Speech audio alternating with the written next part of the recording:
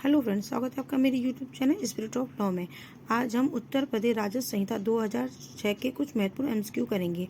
इससे पहले 50 एमसीक्यू मैंने पार्ट 1 में कराए थे, अभी उसका पार्ट 2 है। तो चलिए शुरू करते हैं। पहला क्वेश्चन है, जिला शासकीय अधिवक्ता राजस्व की नियुक्ति कौन करता है? तो इसकी नियुक्ति राज्य सरकार करता है, तो इसका सही आंसर है ए। चलिए नेक्स्ट क्वेश्चन देखते हैं, राजस्व मामलों के लिए स्थायी अधिवक्ताओं की नियुक्ति किस धारा के अंतर्गत की जाती है? तो इसका सही आंसर है ए, यानी कि धारा 72 के अंतर्गत। नेक्स्ट क्वेश्चन देखते हैं, राजस्व संहिता के अंतर्गत खातेदारों के कितने वर्ग होते हैं? तो खातेदारों के होते हैं 4 वर्ग, तो इसका सही आंसर है सी। चलिए नेक्स्ट क्वेश्चन देखते हैं, किस धारा में खातेदारों की श्रेणियां दी गई हैं? तो खातेदारों की श्रेणियां दी गई हैं धारा 74 में, तो इसका सही आंसर है ए। नेक्स्ट क्वेश्चन देखते हैं हम लोग, असंक्रमणीय अधिकार वाला भूमिधर कितनी अवधि तक ऐसा भूमिधर रहने पर संक्रमणीय अधिकार वाला भूमिधर हो जाएगा? तो इसका सही आंसर है बी, यानी कि 10 वर्ष तक इसकी व्याख्या दी गई है। चलिए अब नेक्स्ट क्वेश्चन देखते हैं हम लोग, एक व्यक्ति का अधिनियम लागू होने से पूर्व एक संक्रमणीय अधिकार वाला भूमिधर था। संहिता लागू होने के कितनी अवधि के पश्चात वह संक्रमण अधिकार वाला भूमिधर हो जाएगा? तो इसका सही आंसर है 10 वर्ष के पश्चात। यानी कि अगर असंक्रमणीय अधिकार वाला भूमिधर है और इस संहिता यानी कि उत्तर प्रदेश राजस्व संहिता लागू होने के पश्चात अगर वह 10 वर्ष तक उसी भूमि पर अधिकार रखता है तो वह संक्रमणीय अधिकार वाला भूमिधर कहलाएगा। नेक्स्ट क्वेश्चन देखते हैं हम लोग, राजस्व संहिता के किस धारा में प्रावधान है कि कोई व्यक्ति भूमि में भूमिदारी अधिकार अर्जित नहीं कर सकता? तो इसका सही आंसर है धारा 77। नेक्स्ट क्वेश्चन देखते हैं हम लोग, किस धारा के अंतर्गत संक्रमणीय अधिकार वाला भूमिधर अपनी जोत को अन्य प्रयोजनों हेतु उपयोग करने के लिए घोषणा प्राप्त कर सकता है या घोषणा का आवेदन कर सकता है? तो इसका सही आंसर है धारा 80 के अंतर्गत। चलिए नेक्स्ट क्वेश्चन देखते हैं हम लोग, नेक्स्ट क्वेश्चन देखते हैं हम लोग, राजस्व संहिता की धारा 80 के अंतर्गत घोषणा हेतु आवेदन किसके समक्ष से दिया जाएगा? तो ये घोषणा हेतु आवेदन दिया जाएगा उप जिलाधिकारी के समक्ष, तो इसका सही आंसर है ए। नेक्स्ट क्वेश्चन देखते हैं हम लोग, धारा 80 के अंतर्गत जारी घोषणा को कौन रद्द कर सकता है? तो जारी उद्घोषणा को रद्द कर सकता है उपखंड अधिकारी, तो इसका सही आंसर है ए। नेक्स्ट क्वेश्चन देखते हैं, धारा 80 के अंतर्गत की गई घोषणा को धारा 82 के अंतर्गत उप जिलाधिकारी रद्द कर सकता है। कैसे रद्द कर सकता है? स्वप्रेरणा से या उसको आवेदन किए जाने पर, जिसका सही आंसर है सी। नेक्स्ट क्वेश्चन देखते हैं, असंक्रमणीय अधिकार वाला भूमिधर राजस्व संहिता की धारा 79 के अंतर्गत दिए गए प्रावधानों का उल्लंघन करता है तो उसको क्या कर दिया जाएगा? तो उसको वहां से बेदखल कर दिया जाएगा, तो इसका सही आंसर है ए। नेक्स्ट क्वेश्चन देखते हैं, क्रेता संक्रमणीय अधिकार वाला भूमिधर से जोत या उसके भाग को क्रय नहीं करेगा यदि उसके या स्वयं सहित परिवार के पास क्रय जोत सहित कुल जोत की सीमा कितनी होगी? 5.0586 हेक्टेयर। अगर इतनी जोत है तो वह अपने स्वयं परिवार के लिए जोत को क्रय नहीं करेगा। चलिए नेक्स्ट क्वेश्चन देखते हैं हम लोग, क्रेता पर अधिकतम जोत की सीमा कितनी 5.0586 हेक्टेयर लागू नहीं होती जब ऐसा अर्जन कैसा होता है? पूर्त प्रयोजनों के लिए, यानी कि धार्मिक प्रयोजनों के लिए, औद्योगिक प्रयोजनों के लिए, किसी शिक्षण संस्था के पक्ष में, यानी कि इसके सभी आंसर सही है, तो इसका सही आंसर है डी। नेक्स्ट क्वेश्चन देखते हैं हम लोग, विनिर्दिष्ट सीमाओं से अधिक किसी अर्जन को क्या कर सकता है? राज्य सरकार कुछ विशिष्ट प्रयोजनों के लिए एवं लोकहित में प्राधिकृत कर सकती है, तो इसका सही आंसर है सी। नेक्स्ट क्वेश्चन देखते हैं हम लोग, राजस्व संहिता की किस धारा में भूमिधर द्वारा अंतरण कुछ परिस्थितियों में प्रतिबंधित किया गया है? तो वो किया गया है धारा 89 में, तो इसका सही आंसर है बी। नेक्स्ट क्वेश्चन देखते हैं, विदेशी नागरिक उत्तर प्रदेश में भूमि अर्जित नहीं कर सकते, किस धारा में ये कहा गया है? ये तो धारा 90 में कहा गया है, तो इसका सही आंसर है सी। असंक्रमणीय अधिकार वाला भूमिधर जोत का हित बंधक कर सकता है, वो किसको कर सकता है? सरकार के स्वामित्वाधीन किसी वित्तीय संस्था से ऋण के प्रतिभूति के रूप में, इसका सही आंसर है बी। नेक्स्ट क्वेश्चन देखते हैं हम लोग, असंक्रमणीय अधिकार वाले भूमिधर का हित का कब विक्रय किया जा सकता है? तो इसका विक्रय किया जा सकता है भू राजस्व के संग्रह की कार्यवाही में या धारा 92 खंड का में निर्दिष्ट मामले के संबंध में किसी न्यायालय की डिक्री के निष्पादन में, तो सही आंसर है सी। नेक्स्ट क्वेश्चन देखते हैं, यदि कोई भूमिधर ऋण लेने के लिए जोत को कब्जा सहित अंतरित करता है तो उसका प्रभाव क्या होगा? उसका प्रभाव हो जाएगा अंतरण अंतरिति को विक्रय माना जाएगा और अंतरिति पर 5.0586 हेक्टेयर की सीमा लागू होगी, तो इसका दोनों ही सही है। नेक्स्ट क्वेश्चन देखते हैं हम लोग, राजस्व संहिता की किस धारा के अंतर्गत भूमिधर द्वारा निजी पट्टा किया जा सकता है? तो निजी पट्टा किया जा सकता है धारा 94 के अंतर्गत। का सही आंसर है ए। नेक्स्ट क्वेश्चन देखते हैं हम लोग, पट्टा किए जाने का ढंग रीति क्या हो सकती है? वो मौखिक भी, लिखित भी और रजिस्ट्रीकृत, यानी कि तीनों प्रकार से पट्टा हो सकता है। इसका सही आंसर है डी। नेक्स्ट क्वेश्चन देखते हैं, अनुसूचित जाति का व्यक्ति अपनी जोत या उसके भाग का अंतरण कर सकता है? सिर्फ अनुसूचित जाति के व्यक्ति को ही वह अंतरण कर सकता है। इसका सही आंसर है ए। नेक्स्ट क्वेश्चन देखते हैं हम लोग, अनुसूचित जाति का व्यक्ति अपनी जोत का अंतरण या वसीयत अनुसूचित जाति से भिन्न किसी व्यक्ति को कर सकता है। तो वो कब कर सकता है? वो कलेक्टर की पूर्व अनुज्ञा प्राप्त होने पर ही कर सकता है, अन्यथा वह नहीं कर सकता। इसका सही आंसर है ए। नेक्स्ट क्वेश्चन देखते हैं हम लोग, अनुसूचित जनजाति का व्यक्ति अपनी जोत का अंतरण या वसीयत कर सकता है?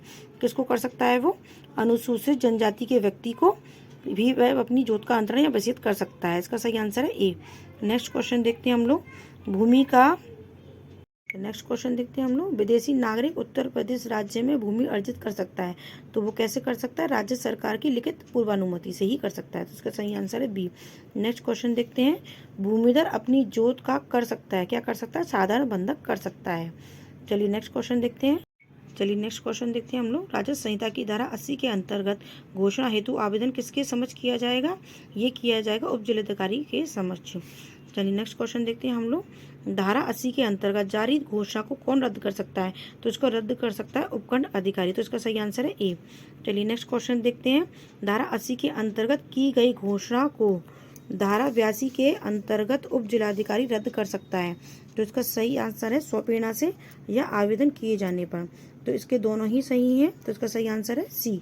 नेक्स्ट क्वेश्चन देखते हैं हम लोग, असंक्रमणीय अधिकार वाला भूमिधर राजस्व संहिता की धारा 79 के अंतर्गत दिए गए प्रावधानों का उल्लंघन करता है तो वो क्या कर दिया जाएगा?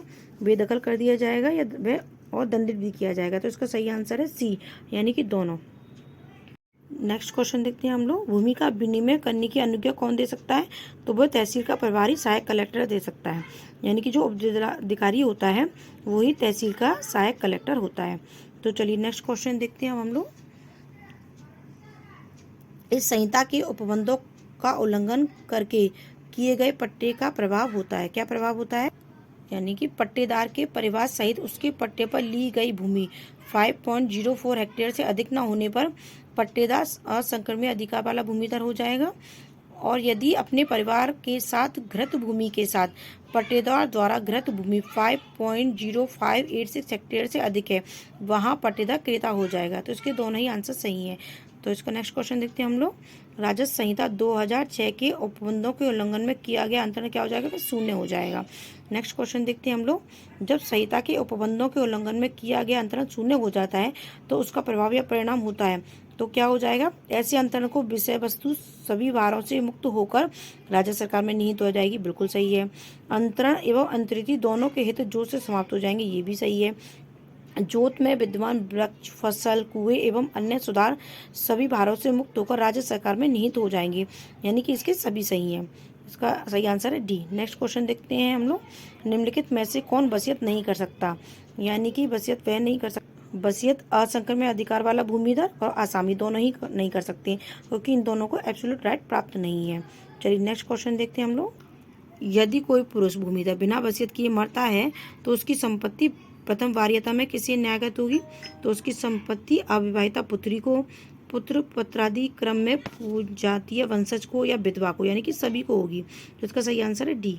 नेक्स्ट क्वेश्चन देखते हैं, अविवाहिता पुत्री अपने पिता से जोत में दाय प्राप्त करती है, तत्पश्चात उसका विवाह हो जाता है। दाय से प्राप्त जोत के संबंध में उसका सही आंसर क्या है?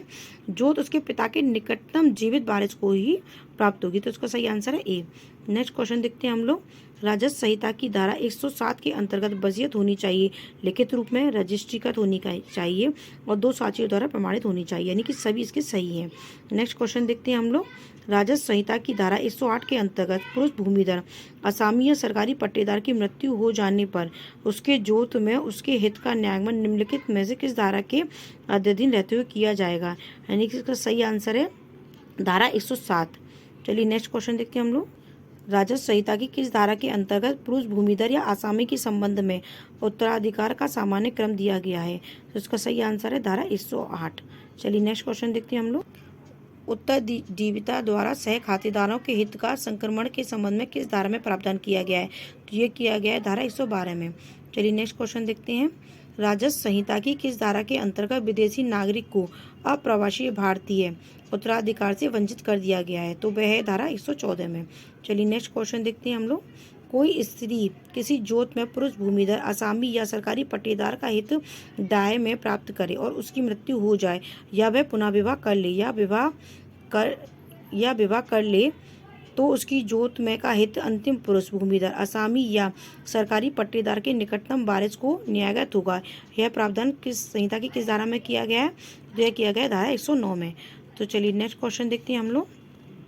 एक स्त्री भूमिधर अपनी जोत निर्वस्त्र छोड़कर मर जाती है। उसके पुत्र अविवाहिता पुत्र और पति जीवित है। उसकी जोत का उत्तराधिकारी कौन होगा?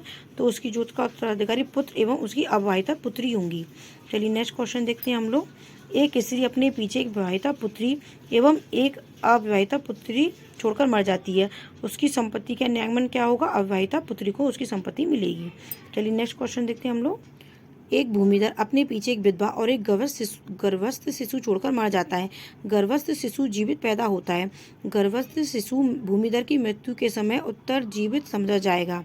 मृतक भूमिधर की जोत में उत्तराधिकार में अंश का विभाजन कीजिए। तो यानी कि विधवा को प्राप्त अंश में से आधा अंश पुत्र को आधा उसको प्राप्त होगा, यानी कि दोनों को बराबर अंश मिलेगा। नेक्स्ट क्वेश्चन देखते हैं हम लोग। S1 अपने पिता खा की हत्या कर देता है।